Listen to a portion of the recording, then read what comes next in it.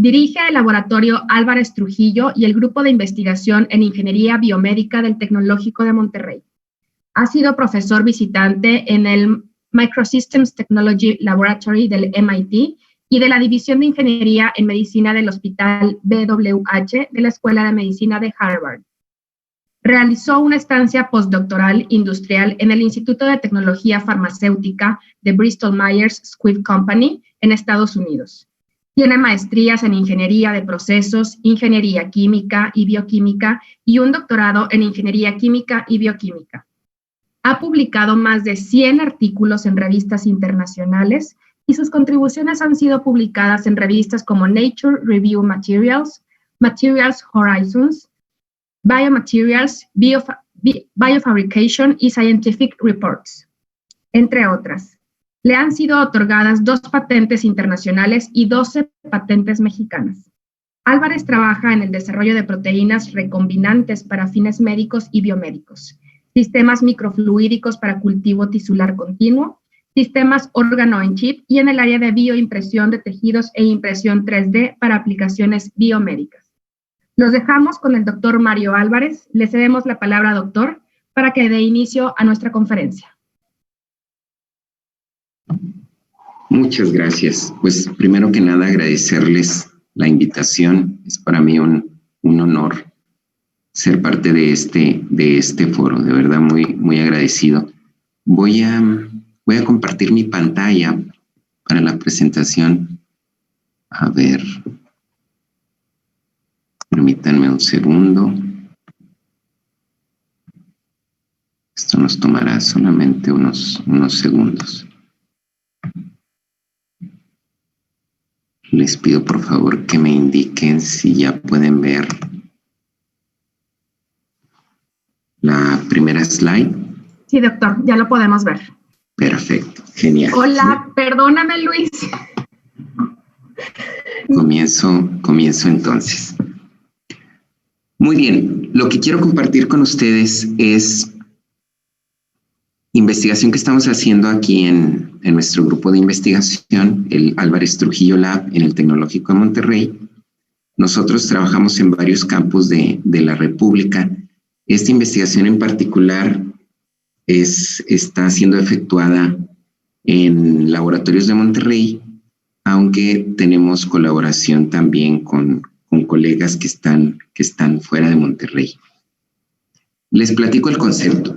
Lo que queremos hacer es una variante de vacuna.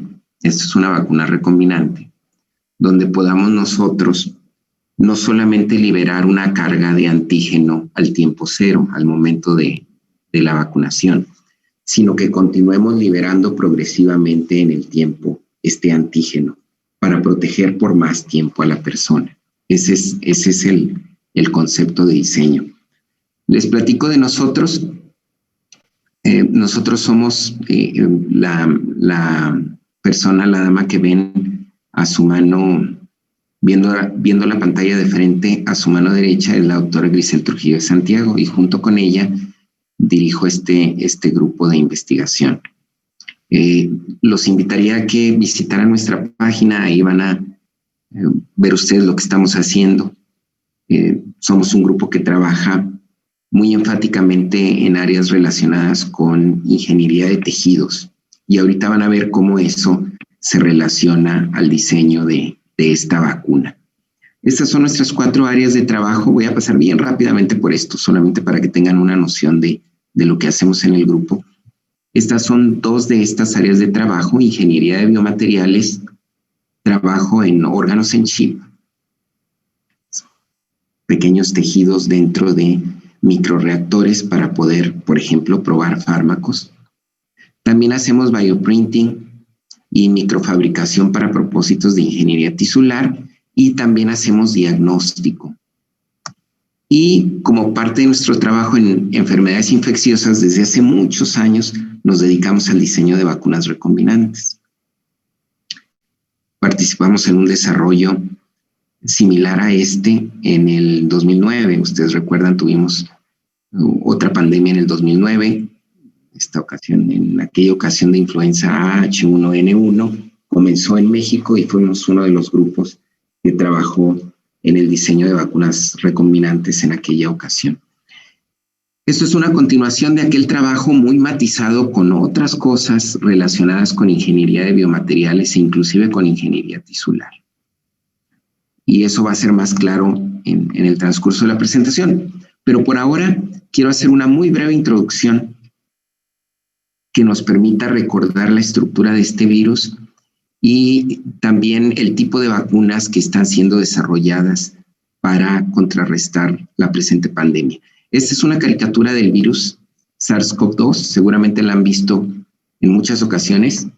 Mi caricatura está sobresimplificada, quiero llamar su atención a algunos componentes de esta estructura del virus. Aquí en la superficie de la cápside, he ilustrado una proteína trimérica. Esta es la proteína Spike.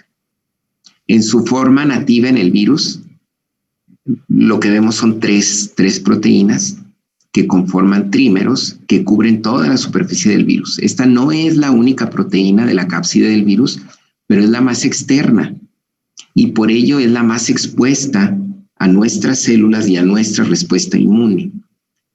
Es, por tanto, según la evidencia que tenemos hasta el momento, la más antigénica.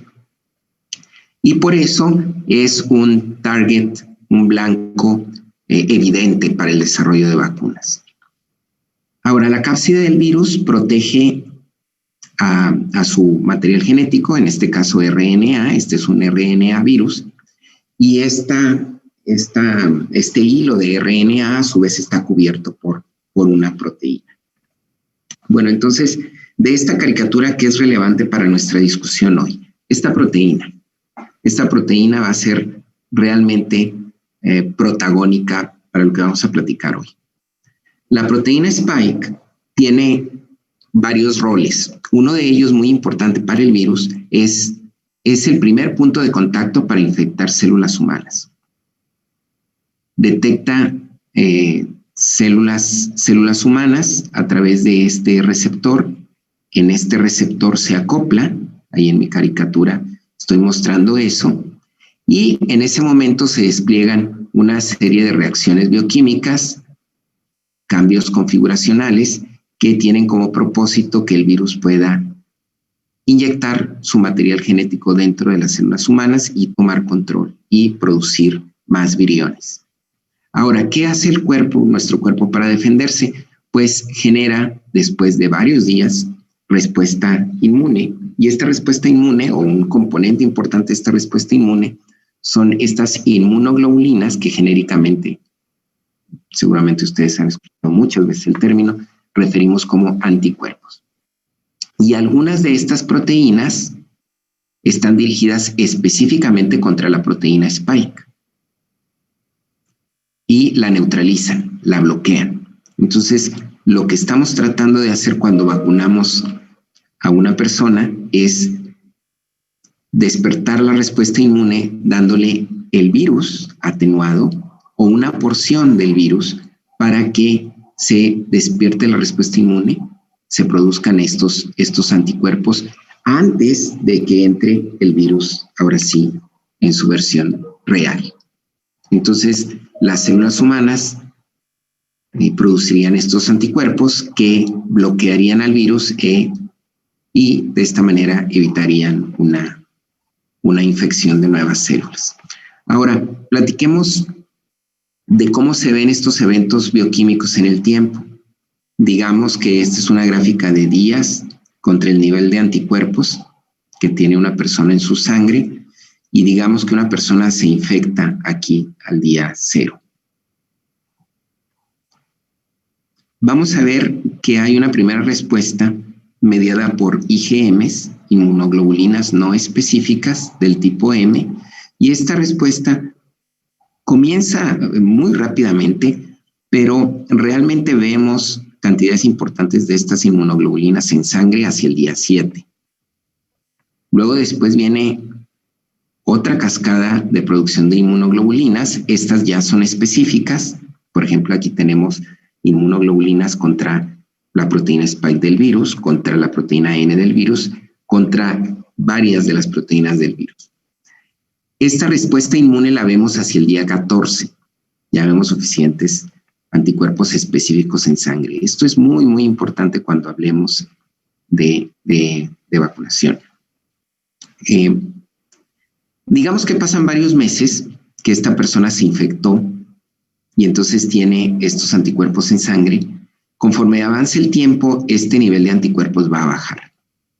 Y eventualmente va a llegar a un nivel tal que la persona, si hacemos si tomamos una muestra de sangre, ya no va a tener los niveles de anticuerpo que tenía justo por ahí después de 3 semanas de la infección. Pero se guarda una respuesta inmune.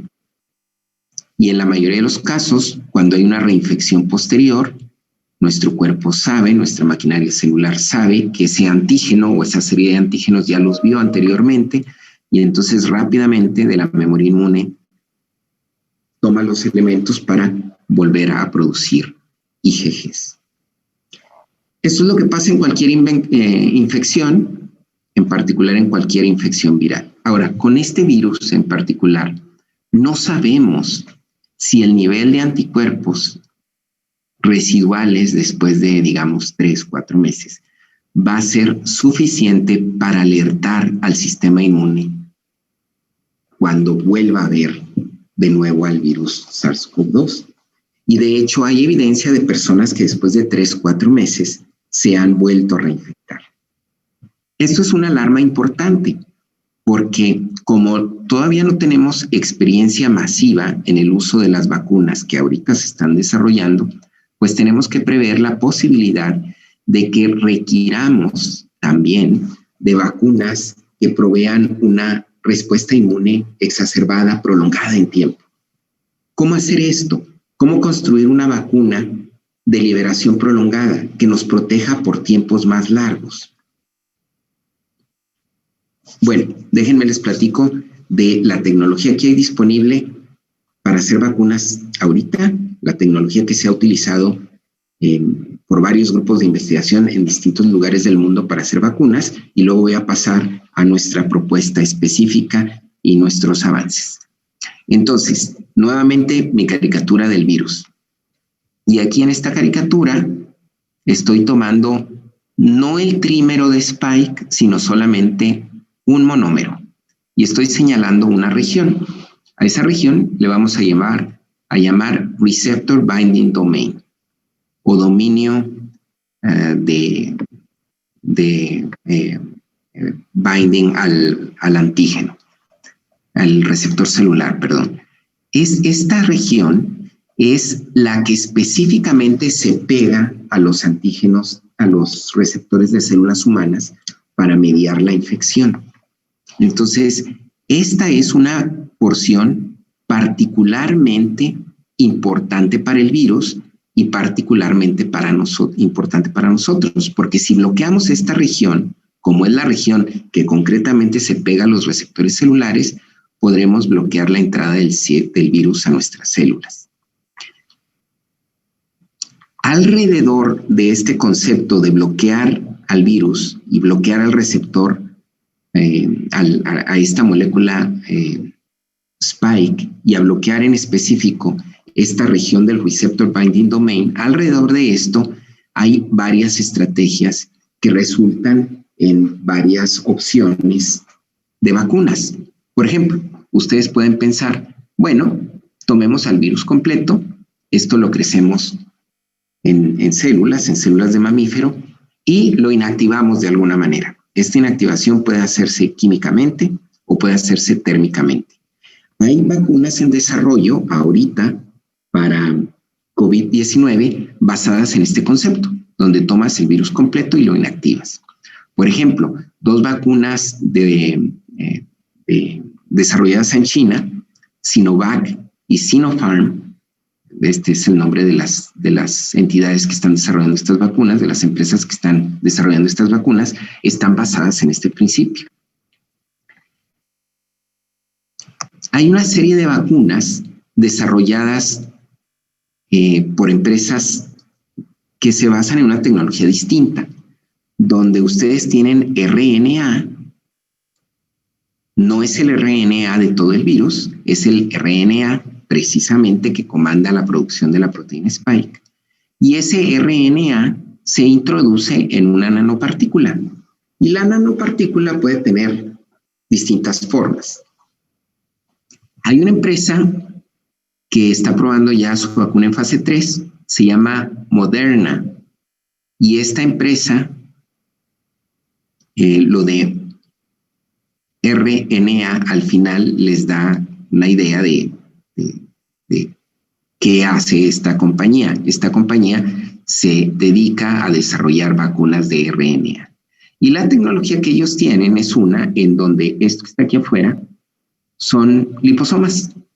Entonces ellos encierran este RNA en liposomas y esto transfecta a células humanas cuando te inyectan la vacuna, y una vez transfectadas las células humanas realizan una expresión transiente, no permanente, transiente de la proteína spike. Entonces no estás inyectando todo el virus, estás inyectando material genético del virus. Y no todo el material genético, solamente en el caso de la vacuna de Moderna, RNA para la producción de proteína spike. Ustedes han oído mucho en los días pasados sobre la vacuna de Pfizer. La vacuna de Pfizer BioNTech está también en tercera fase de pruebas clínicas. Va muy bien. Los resultados liberados hace un par de días dicen que tiene una eficiencia del 90% en la detonación de anticuerpos protectores. Entonces esas son muy buenas noticias. Esta proteína también, esta vacuna también está basada en una tecnología muy similar a la de Moderna. Hay otras estrategias. ¿Qué tal si no transfectamos células humanas con RNA? Hay variantes de vacunas que transfectan con DNA. ¿Qué tal si lo que hacemos es inyectar el antígeno? No el RNA que comanda para la producción del antígeno, sino inyectar el antígeno. Bueno, este es un método más clásico para hacer proteínas. Les platicaba de la pandemia pasada, en el 2009 hubo un auge, muchos grupos postularon ideas de producción de proteínas recombinantes, y aquí lo que hacemos es producir una o varias proteínas en una célula de mamífero, en una levadura, en una bacteria inclusive. Podemos producir las proteínas como trímeros o dímeros o como monómero. Hay variantes que usan monómeros simplemente, inclusive fracciones del monómero. Hay ventajas para cada una de las estrategias. No voy a entrar en demasiado detalle en esto. Solamente voy a decir que en esta situación pandémica tenemos que explorar cuántas opciones tecnológicas estén a la mano y que todos los desarrollos que están ahorita ocurriendo en el mundo son bienvenidos y que todas estas tecnologías pudieran ayudarnos en el control de la pandemia, porque vamos a necesitar vacunar a mucha gente y vamos a necesitar intentar distintas estrategias de vacunación. Pero ciertamente, cuando comienzas un proceso de desarrollo de una vacuna, pues tienes que apostarle a una, quizá dos de estas estrategias. No puedes hacer todo, los recursos y el tiempo son limitados, y por eso cada compañía, cada universidad ha seguido estrategias distintas. Nosotros, en particular, estamos interesados por las vacunas recombinantes, porque ahí está nuestra expertise. Y en particular, nos interesan mucho dos sistemas de expresión. Células de mamífero, estoy hablando de las células que utilizas para producir el antígeno, células de mamífero, y ahí estamos explorando producción en células HEC, son células de riñón, células de riñón humano. Y la otra estrategia que nos gusta y que estamos activamente explorando es producir en bacteria. Pero para producir en bacteria no podemos producir la proteína spike completa. Sí podemos producir una fracción. Entonces lo que estamos produciendo es ni siquiera la spike completa, estamos produciendo esta partecita azul, el Receptor Binding Domain. Solamente eso estamos produciendo. Voy a llamar su atención a este artículo. Antes hablé de un receptor al cual se pegan estos virus. Esta es otra caricatura más bonita del virus. Esto apareció en la revista Cell. Los invito a leer este artículo. Aquí está la cita completa. Y este es un artículo genial que habla de estas, indirectamente de estas estrategias para producir vacunas. Y en particular habla de la estructura y la funcionalidad de la proteína Spike. Y bueno, en esta caricatura ustedes ven que el receptor que he mencionado, el receptor ACE2, es el encargado de recibir al Receptor Binding Domain de la proteína Spike y mediar el ingreso de la célula del virión al interior de la célula para producir más viriones. Si nosotros ya producimos anticuerpos, pues estos anticuerpos pueden bloquear a los virus para que no entren en nuevas células y se reproduzcan. Si despertamos respuesta inmune por una exposición previa al antígeno, pues vamos a producir estos anticuerpos en nuestro sistema y vamos a bloquear la entrada del virus real. Entonces, eso es lo que pretendemos con estas vacunas. De este mismo artículo, estas imágenes, solamente para que ustedes vean cómo luce la proteína Spike. Así luce esta proteína, es una proteína dinámica, abre y cierra. Esta es una rotación para que ustedes la vean por la parte superior. Este es el Receptor Binding Domain, esta parte de aquí. Y esta es la parte que nosotros estamos tratando de producir en bacteria. Ahora, una limitación de nuestra tecnología. Y esto es importante reconocerlo. Cuando ustedes producen una proteína recombinante en bacteria, las bacterias son incapaces de hacer modificaciones post-traducción. Entonces, una de las cosas que ustedes pierden es que esta decoración mostrada aquí con estas flechas, los glicanos que decoran a la proteína, estos no los pueden ustedes producir. Estas partes señaladas aquí en azul, esas no las pueden ustedes producir en bacteria. Entonces, no esperamos que la potencia de un antígeno producido en bacteria sea igual a la de un antígeno que sí tiene estas decoraciones con glicanos. Pero lo que intentamos aquí es que, de todas formas, la antigenicidad de la proteína sea suficiente para detonar una respuesta inmune adecuada. Esta siguiente imagen es muy importante. Esta es la gente que está haciendo posible esto en el laboratorio. Él es Everardo González González. Y aquí quiero señalar algo importante. Él ha estado detrás de estos diseños. Él es el principal experimentalista en este proyecto. Y ahorita él está convaleciente de COVID-19. Estuvo trabajando en el laboratorio desde marzo pasado. Ahorita está pues en la etapa todavía difícil de la enfermedad. Y pues quiero reconocer y agradecerle a Everardo, pues que estuvo en el laboratorio durante la pandemia exponiéndose. Y bueno, pues desearle un pronto restablecimiento. Este es otro de los protagonistas. Alan ha sido instrumental en los experimentos que les voy a mostrar. También mi reconocimiento a él. Ellos son dos estudiantes doctorales de nuestro grupo y es la doctora Itzel, me faltó una I ahí, Itzel Montserrat Lara Mayorga. Ella es parte de este equipo diseñador de esta vacuna. ¿Qué estamos haciendo en particular? Miren, esta es una caricatura también que muestra toda la estructura, como caricatura, toda la secuencia de aminoácidos de la proteína Spike. La proteína Spike tiene dos regiones. En literatura esto lo van a encontrar referido como región S1 y región S2.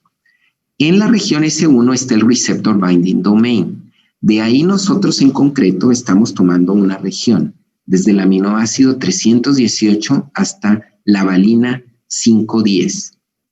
Esa es la región que nosotros estamos tomando. Es una región que se parece mucho a una que ha tomado otro grupo de investigación que está trabajando en Estados Unidos con algo similar, pero ellos están produciendo en células de mamífero. Nosotros estamos produciendo en bacteria. Creo que ellos tienen corrido esta selección de aminoácidos un poquito más hacia la izquierda y hacia la derecha aquí. Es una región un poquito más grande. La proteína que nosotros intentamos producir, esta es una simulación, así se vería. Vean ustedes que a esta región del Receptor Binding Domain nosotros estamos colocando dos regiones más.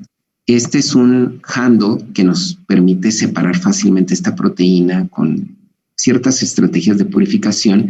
Llamemos a esta región MFH8. Así la van a encontrar en literatura. Pero a nosotros nos sirve para otra cosa que vamos a comentar posteriormente. Y esta es una coleta de 6 histidinas que nos permite purificar la proteína fácilmente, pegarla en placas ELISA y hacer algunas otras manipulaciones. Entonces, en la estructura de la proteína van a ver esta región, que es esta región MFH8, esta coleta de histidinas, que repito, nos va a servir mucho para manipular a la proteína, y esta que es nuestro Receptor Binding Domain. Es una molécula pequeña, eso facilita las cosas. Nosotros hacemos nuestra producción en matraces Erlenmeyer, ni siquiera entramos todavía a reactores, ¿eh? Estamos haciendo esto todavía en matraces Erlenmeyer grandes, y aquí producimos nuestra proteína. En dos términos, en dos tiempos. Expandimos primero la biomasa, Escherichia coli, y luego detonamos expresión por métodos convencionales. Se añade una sustancia IPTG, y este es un inductor, se parece en estructura química a la lactosa y promueve la producción de la proteína recombinante. Tenemos un homogeneizador que nos sirve para lisar a la proteína, liberar la proteína, lisar a las células, perdón, liberar a la proteína, porque nuestra proteína, Escherichia coli, produce proteínas recombinantes en exceso en cuerpos de inclusión. Entonces la proteína no está funcional, hay que sacarla de la célula y luego hacer una serie de procedimientos de refolding, eso se hace en un aparato cromatográfico, para finalmente tener proteína funcional. Estamos produciendo con nuestro método no optimizado todavía 1.5 miligramos de esta proteína del Receptor Binding Domain, así le llamamos, Receptor Binding Domain de la proteína S, y con este subíndice designamos de dónde a dónde estamos produciendo para ser totalmente específicos y transparentes en lo que estamos haciendo. Y estamos obteniendo 1.5 miligramos por litro. ¿Eso es mucho o es poquito? Es todavía poquito. Esto no es un proceso optimizado, pero ha sido suficiente para hacer estudios ya en animales. Y aquí les estoy mostrando, desde luego estoy platicando esto de forma muy abreviada, pero detrás de esto hay muchísimo trabajo de nuestros alumnos y nuestros postdocs. Aquí ellos están probando expresión en distintas cepas de Escherichia coli y están observando que en algunas de ellas se produce más proteína que en otras. Por ejemplo, aquí la señal en este gel es más tenue que aquí. De aquí se seleccionan las altas productoras. Vean ustedes en este gel es 10, que sí vemos una banda aquí de producción de la proteína. Esto es ya en etapas avanzadas de separación, por eso se ve tan limpia la señal. Bueno, relativamente limpia comparada con esta señal. Esta es la señal después de lisis y ven ustedes que pues aquí hay muchas más proteínas. Progresivamente vas purificando, te vas quedando con proteína más limpia. Aquí estamos enviando anticuerpos antihistidinas y anticuerpos anti-spike para corroborar en este Western blot que realmente la proteína que vemos a 30 y tantos kilodaltones en realidad tiene histidinas. Nuestra proteína debe de tener histidinas y también es reconocible por anticuerpos spike. Esto de que nuestra proteína sea reconocible por anticuerpos anti-spike es muy importante. Estos anticuerpos anti-spike se compran. Son anticuerpos desarrollados en ratones contra la proteína completa. Entonces, que nuestra proteína hecha en bacteria, fabricada en bacteria, sea reconocida por anticuerpos comerciales que un ratón formó contra toda la proteína, eso es una muy buena señal. Pero no es suficiente, hay que hacer muchos más estudios. Lo que les presento a continuación es variantes de método ELISA para saber que nuestra proteína tiene la estructura tridimensional correcta. Me voy a ir un poquito más rápido porque tenemos ya solamente 15, 20 minutos. Miren, en esta caricatura, esto es un antígeno comercial, entonces el rojo es comercial, el azul es el nuestro. Lo que quiero solamente decir es que siempre tenemos que hacer en estos desarrollos una comparación contra cosas comerciales para ver si todo está correcto. Y este es una caricatura de un método ELISA donde a este antígeno que pegamos en placa le mandamos anticuerpos comerciales anti-spike o anticuerpos de pacientes. Y si hay binding, entonces luego marcamos estos anticuerpos con otro anticuerpo secundario, le llamamos a este. Es un anticuerpo que va contra esta región, la región constante del anticuerpo que sí se pegó. Y esto generalmente está marcado con un sustrato o con un fluoróforo para que tú lo veas en una reacción por algún método espectrofotométrico normalmente.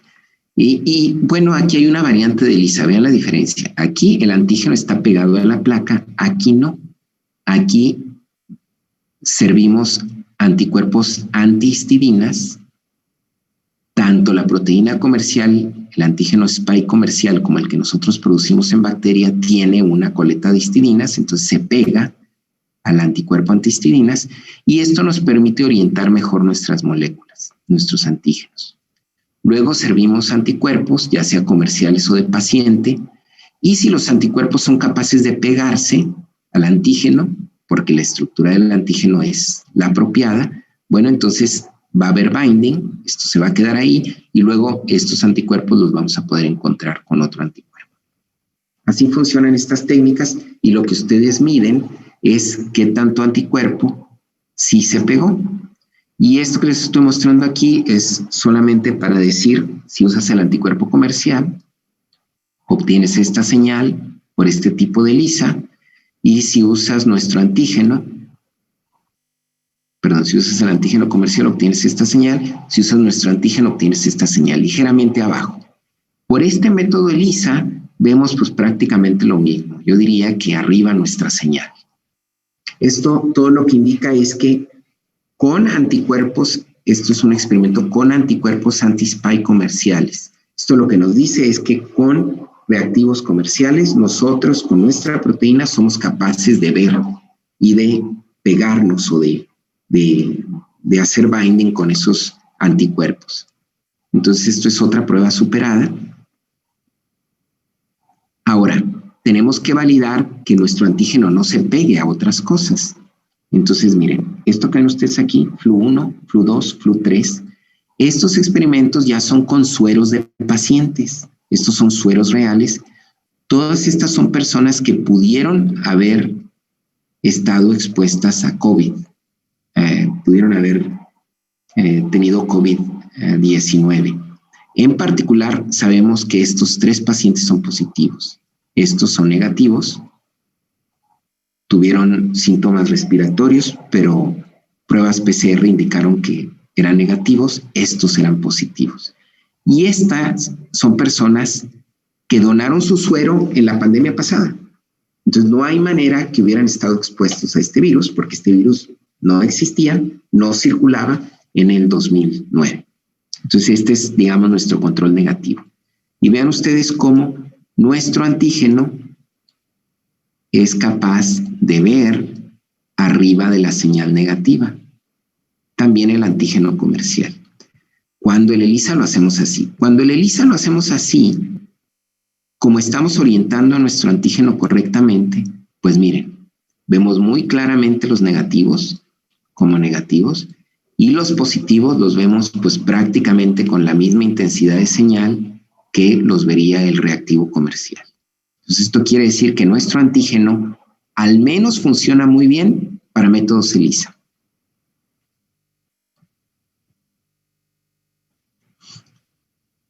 Pero esta gráfica está todavía más interesante, porque aquí ustedes tienen 3 pacientes positivos, pacientes negativos y pacientes control. Pero esto tiene 50 pacientes. Y en estos 50 pacientes podemos distinguir muy bien señales muy altas de anticuerpos en sangre en pacientes expuestos a COVID y señales bajas en pacientes que todavía no desarrollan anticuerpos. Entonces, aparentemente, como un antígeno para métodos ELISA, esto está funcionando muy bien. Ahora les voy a hablar del siguiente protagonista de esta vacuna. Esto que les estoy presentando aquí es una caricatura, esto de aquí, es una caricatura de otro virus. Esta es la primera vez que presentamos esto en público, estos esquemas. Entonces, esto es primera vez que lo anunciamos. Estamos utilizando virus del mosaico del nabo. Este es un virus de planta. Es un virus filamentoso. Es un virus que puede llegar a medir en longitud casi 1 micra y su diámetro es de 15 nanómetros. El virus tiene una sola proteína en su cápside. Entonces, si ven el corte transversal de esto, verían una serie de proteínas de 8 a 9 proteínas. Esta proteína se llama CP, proteína de cápside. Muy poco original el nombre, pero bueno, somos poco originales para bautizar proteínas de virus. Y este virus es interesante porque cuando ustedes lo dispensan sobre una superficie, pues no se conservan los filamentos así independientes, sino que empiezan a interactuar entre ellos y forman estas mallas. Cuando ustedes ven esto al microscopio, por ejemplo, esta es una imagen TEM, ven estos entramados. Y cuando ven esto por microscopio electrónico, microscopio de fuerza atómica, ven estos entramados. Entonces, poniendo una cantidad pequeña, microgramos de este virus, ustedes pueden formar estas nanomallas. Estamos usando este virus para experimentos relacionados con cultivo tisular. Entonces, tenemos experiencia en el uso de este virus de hace pues ya un par de años. Nuestro cariño por este virus viene de España.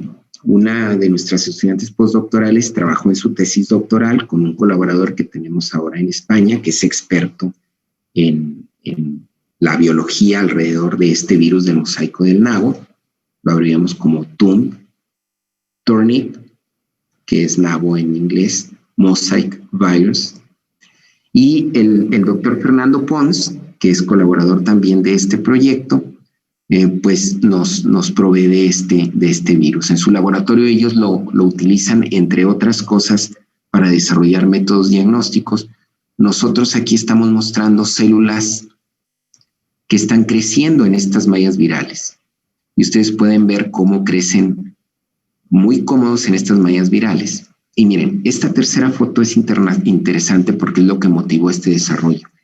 Aquí lo que estamos haciendo es pegándole una proteína al virus, a esa malla que les mostré antes. En particular, esta proteína es factor de crecimiento endotelial. Y cuando pegamos esta proteína, la proteína se queda ahí y se va liberando en forma prolongada por más tiempo. Y entonces este factor de crecimiento endotelial se dosifica poco a poco a las células y las células crecen mucho más felices aquí que si solo se dispensa el virus, la malla viral. Yelma es un material, es gelatina metacrilada. Entonces, lo que estamos proponiendo es, en estas mallas virales, vamos a decorar, no con esta proteína, factor de crecimiento endotelial, pero con nuestro antígeno producido en E. coli. Hay una serie de reacciones aquí de por medio.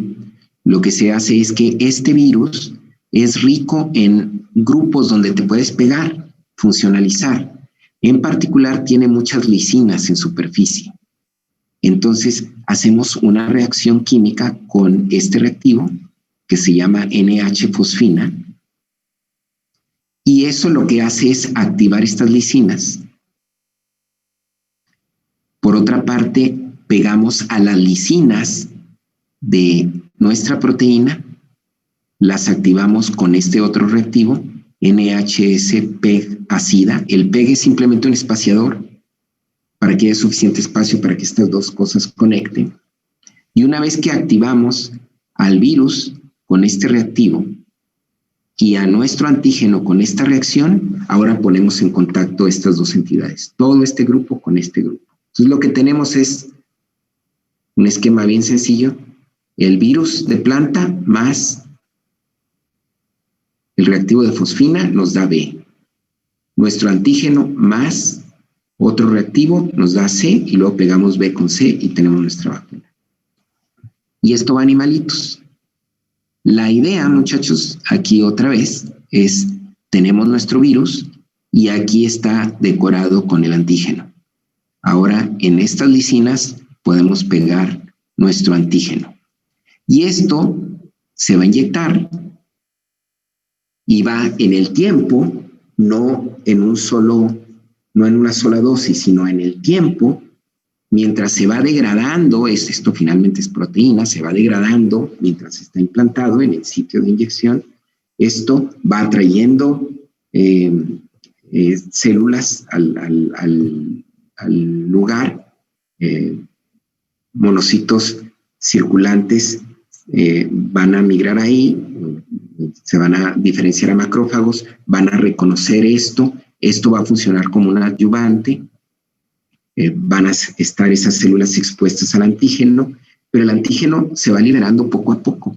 Entonces, esperamos que esta liberación sea de efecto prolongado. Entonces, primera prueba que hay que hacer con esto es, bueno, realmente obtenemos una buena respuesta inmunológica en ratoncitos. Esto todavía no es la prueba con el virus. Esto simplemente tomas ratoncitos, los ratoncitos al tiempo cero les tomas sangre a todos y algunos de ellos los inyectas, los vacunas, los inmunizas. Aquí tienen ustedes el experimento que hicimos. Es un experimento todavía muy modesto. Es un experimento con solamente 10 animales y aquí están los grupos de esos animales. En este primer grupo, a este primer grupo lo inmunizamos con la proteína Spike, 20 microgramos libre. Recuerden, es nuestra proteína Spike de E. coli. El segundo grupo tiene proteína Spike de E. coli conjugada con TOM, con el virus de planta. 20 microgramos también, para que sea comparativo con esto. Tercer grupo, ratoncitos, proteína Spike en 2 dosis. Primero 20 microgramos y luego, 14 días después, 10 microgramos. El cuarto grupo es un grupo control. Solamente le inyectamos el excipiente. Aquí está el esquema más grande. Aquí pueden ver los grupos. Ahora, una reflexión aquí. Miren, esto nos permite comparar en 2 grupos que recibieron la misma cantidad de antígeno. Aquí hay que hacer mucho trabajo para calibrar esto, porque tienes que estar seguro, haces ELISAs para asegurarte de que aquí hay 20 microgramos del antígeno y aquí hay 20 microgramos del antígeno.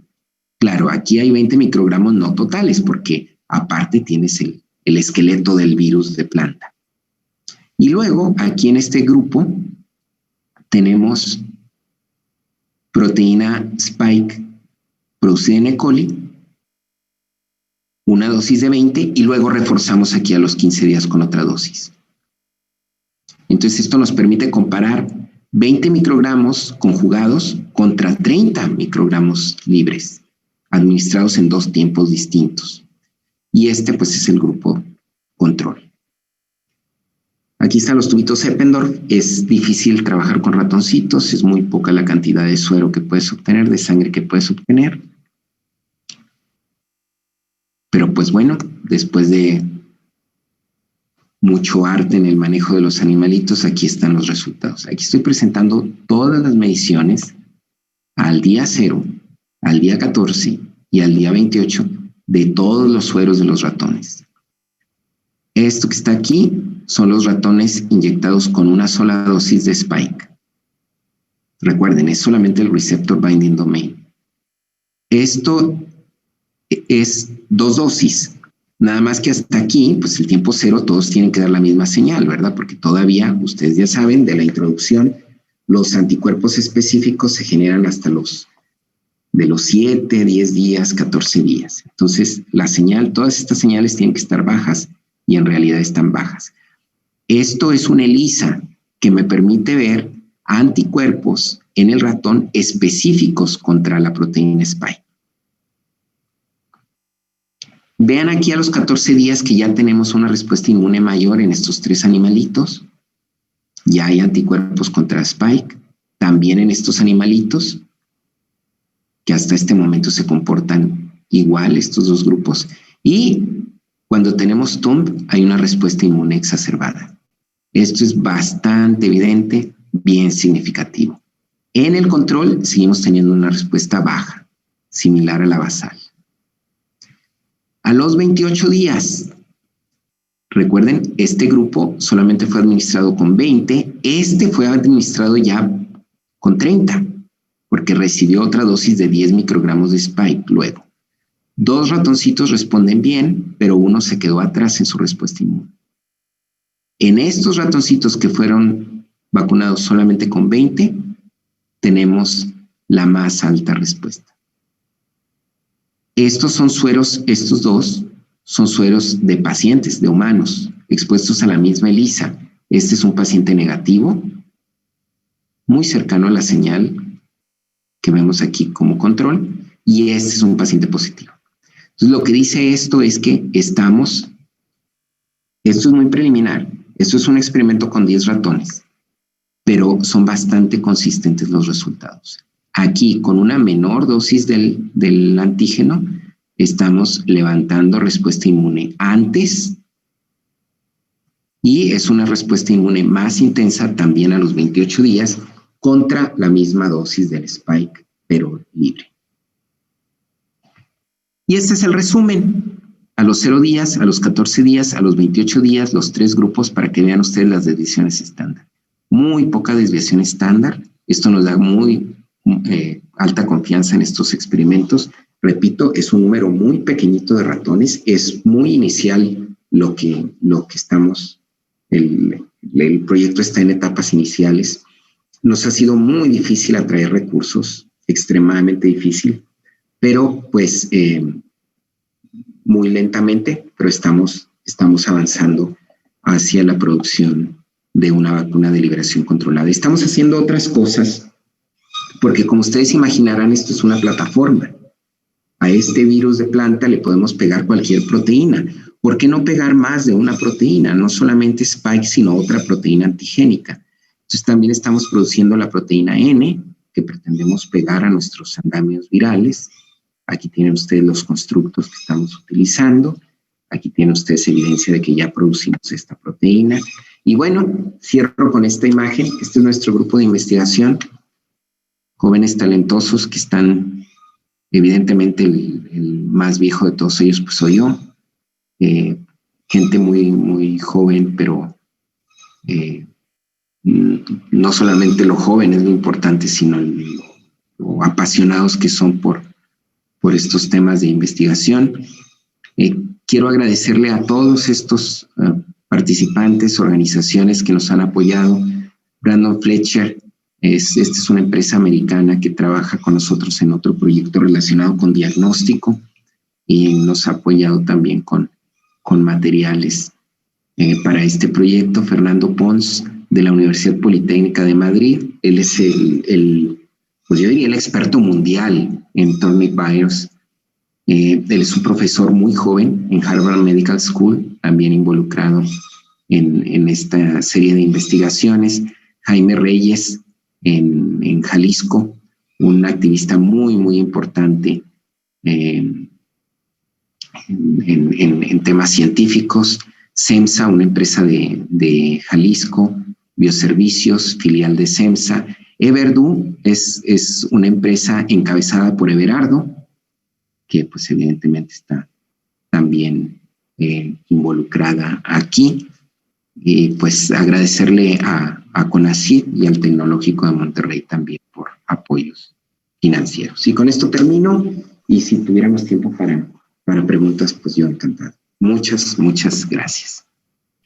Muchísimas gracias, doctor, por su valiosa participación. Sí tenemos algunas preguntas que se realizaron a través de la plataforma. La primera es, cuando ya esté lista la vacuna, ¿se la aplicaría o considera que se aceleró el desarrollo de esta vacuna y se saltaron pasos de revisión y exámenes sanitarios? Bueno, es una buena pregunta. No nos estamos saltando nada, ¿no? Estamos siguiendo la ruta que debemos de seguir y por eso vamos bien lentos. El desarrollo de una vacuna es un proceso delicado. Tienes que asegurar que la vacuna no solamente despierta respuesta inmune, que es lo que estoy mostrando aquí con un número muy limitado de ratoncitos. Después hay que hacer pruebas con un número más extenso de animales pequeños, luego pruebas con animales más grandes, luego hay que hacer estudios de reto en animales, donde expones el animal al virus, animales vacunados y no, y muestras que la proteína no solamente despierta respuesta inmune, sino que también puede defenderte del ataque del virus real. Eso ni siquiera se puede hacer en el Tecnológico de Monterrey. No tenemos las instalaciones para manejar virus de esta naturaleza. Se requieren instalaciones con nivel de seguridad 3 o 4. Esto lo tendríamos que hacer en otro lugar. Y bueno, estamos todavía a meses de poder hacer eso. Necesitamos mucho dinero para montar esas pruebas. Este tipo de investigación va paso a paso y cada vez que das un paso, tratas de convencer a inversionistas de que le apuesten a esto para dar el siguiente paso.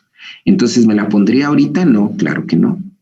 ¿Me la pondría cuando sea momento de empezar a probarla en humanos? Desde luego que sí. Fascinado en ser uno de los voluntarios. Claro que sí. Creo completamente en lo que estamos haciendo. Pero esto es paso a paso. Y lo que estamos haciendo ahorita pudiera ni siquiera ser útil para esta, sino para futuras emergencias epidemiológicas, ¿no? Muy bien, muchas gracias. Y la segunda pregunta que tenemos es, ¿se conocen serotipos diferentes del virus? En caso de que sí, ¿cómo se logra que la vacuna genere inmunidad contra serotipos diferentes? Esa es una pregunta muy interesante. Lo que haces es de todas las cepas conocidas, al momento de que comienzas tu diseño, haces un consenso, comparas todas las secuencias y haces una secuencia consenso.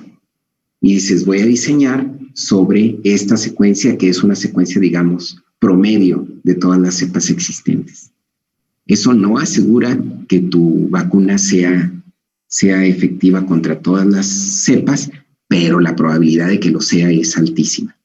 Adicionalmente, las vacunas se diseñan tomando como template regiones muy invariables del virus. Y la lógica, entonces, esto es muy consistente con la selección de esta región, del Receptor Binding Domain. El virus no puede mutar frecuentemente esta región, porque dejaría de ser infectivo. Es la región en la cual la estructura de esa región es en la que basa su efectividad para infectar de una manera robusta. Entonces, por eso basas tu diseño sobre esa región que es muy invariable en las distintas cepas. Es decir, si el virus va a mutar, probablemente mute fuera de esa región que es indispensable para él. De acuerdo. Tenemos una tercera pregunta. Aún después de la introducción de una vacuna viable, ¿el SARS-CoV-2 se puede convertir en un virus endémico? ¿Cómo cambiaría el estilo de vida? Bueno, la respuesta franca, honesta, rápida es, esto va a ser un virus endémico. Esto se va a quedar con nosotros por mucho tiempo. Así como influenza A H1N1 está todavía con nosotros después de 10 años. La cuestión es que vamos a aprender a controlarlo. Con la serie de vacunas que tengamos a la mano, con vacunaciones periódicas, con las medidas de protección que ya sabemos son efectivas, pues vamos a aprender a vivir con esto. Pero va a ser muy difícil, si no es que imposible, erradicarlo. ¿Cómo hacerlo? ¿Cómo eliminar todas las partículas virales que están en superficies, están reproduciéndose activamente en humanos? Es erradicar un virus de estas características que ya infectó tan ampliamente a la población globalmente es prácticamente imposible, ¿no? Solo nos queda controlarlo y aprender a vivir con él, ¿no? Muy bien. La siguiente pregunta que tenemos es, ¿por qué SARS-CoV-2 ha sido más contagioso que otros virus? Es una pregunta muy compleja. Esto tiene que ver con la naturaleza del virus, la biología del virus, codificada desde luego en su RNA. Este virus tiene capacidades infectivas sobresalientes. Pero no solo eso, no solamente son las capacidades infectivas, sino que tiene mecanismos de defensa muy bien diseñados para evadir la respuesta inmune temprana y tardía. Les platicaba de estos casos de reinfección. Pudiera ser que por eso nosotros estamos pensando en esta idea de vacunas de liberación controlada. Pudiera ser que para este virus nos tengamos que vacunar más de una vez por año. Los mecanismos biológicos de sobrevivencia de este virus están muy bien diseñados por la naturaleza. Otra característica que tiene este virus es que se transmite por aerosoles. Eso lo hace muy fácil de pasar de una persona a otra. Otra característica es que resiste muy bien el calor y la humedad, más allá de lo que inicialmente pensamos. Pensábamos que cuando llegaran los veranos, en la mayoría por ejemplo, el verano aquí en la zona norte de México es bien agresivo. Pensamos que íbamos a poder abatir el pico epidémico solo esperando el verano. No pasó. Aparentemente, en aerosoles, en superficies, es mucho más estable de lo que los experimentos iniciales anticipaban. Todas estas características hacen que este haya sido un virus difícil de combatir. Muy bien, muchas gracias. La siguiente pregunta es, ¿el receptor binding domain del que está hablando e interacciona con el receptor AC2 es el mismo que interactúa con neuropilina 1? Si no, ¿lo contemplaron? No estoy familiarizado con ese receptor. No sé si sea el mismo. El receptor de angiotensina 2 es un receptor, yo no quisiera decir muy frecuente en células humanas, pero sí en células de mucosa humanas. Entonces está muy presente en tractos respiratorios, está muy presente inclusive en mucosa intestinal. De hecho, puedes hacer experimentos de acoplamiento de este receptor binding domain en células CACO, que son células de intestino humano. Probablemente ustedes han escuchado que estamos buscando SARS-CoV-2 en aguas residuales. Eso es porque tenemos virus adheridos a mucosa intestinal que evacuamos hacia aguas residuales en heces fecales. Por eso la lógica de buscar ahí. Pero no es la razón fundamental por la que escogimos esta molécula. Simplemente escogimos expresar esta molécula pues porque es la más antigénica del virus. Tiene absoluta lógica irte sobre la proteína más antigénica. Claro, cuando tienes que decidir qué expresas de la proteína más antigénica, entonces te preguntas, pues, ¿qué es lo que sería más efectivo bloquear? Y entonces piensas en la región que se acopla al receptor que te interesa bloquear, ¿no? Esa es la lógica de diseño. Si se pega otros receptores, bueno, pues el virus, eso es secundario, pero lo importante es proteger a las células. ¿Cómo proteges? Bloqueando, anulando la interacción entre el receptor que te interesa y el antígeno que te interesa. Ok. La siguiente pregunta es, ¿qué avances ha tenido usted y su equipo en la creación del dispositivo personal de autodiagnóstico de SARS-CoV-2 a partir de saliva? Muchas gracias por esa pregunta. Es seguramente de algunas presentaciones que hemos hecho antes, alguien que ha estado presente en esas presentaciones. Vamos bien. Desgraciadamente en México no vamos tan bien como quisiéramos, pero en Estados Unidos ya tenemos las autorizaciones para los ensayos clínicos. Allá nos está ayudando una empresa, que es la empresa que mencioné, Aimbrand, y con ellos estamos haciendo estos ensayos clínicos. La naturaleza del dispositivo que estamos tratando de comercializar a través de Aimbrand allá en Estados Unidos es diferente a la que queremos comercializar aquí. Aquí estamos interesados en un método muy, muy portátil que pueda llegar a casa y vamos muy bien con ese diseño. Pero el que va más adelante es el americano. Ese es un diseño más para laboratorios que puedan ser instalados en distintas empresas y que ahí se haga monitoreo periódico de pacientes. Ambos están basados en la idea de monitorear en saliva. Y lo que hemos demostrado hasta el momento es que esto es completamente factible.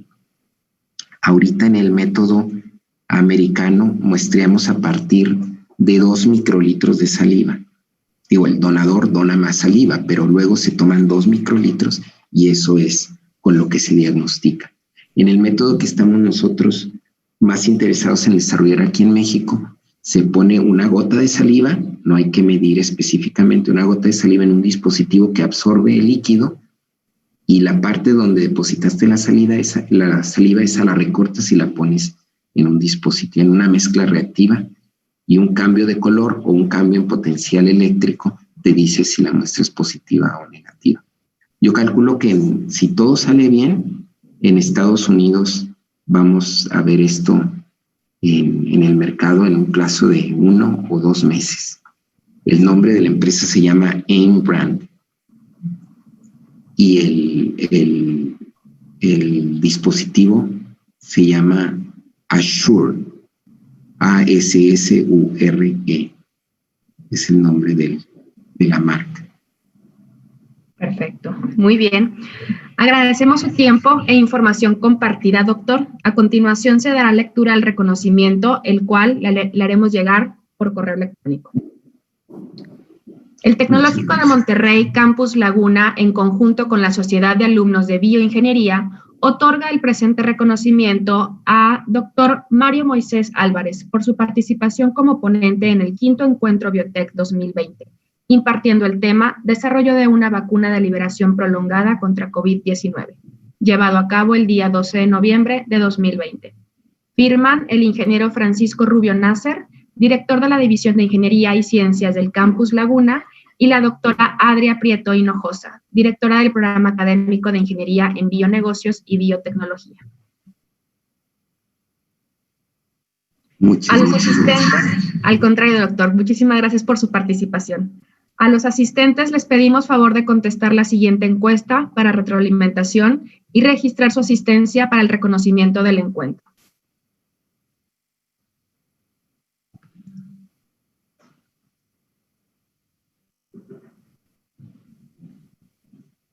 Muchas gracias a todos por su asistencia a esta conferencia. Tendremos un break de aproximadamente 1 hora. Regresamos a las 5 de la tarde con la conferencia COVID-19 and Food Animal Medicine, impartida por el doctor Christopher Bachman. Gracias. Gracias a todos.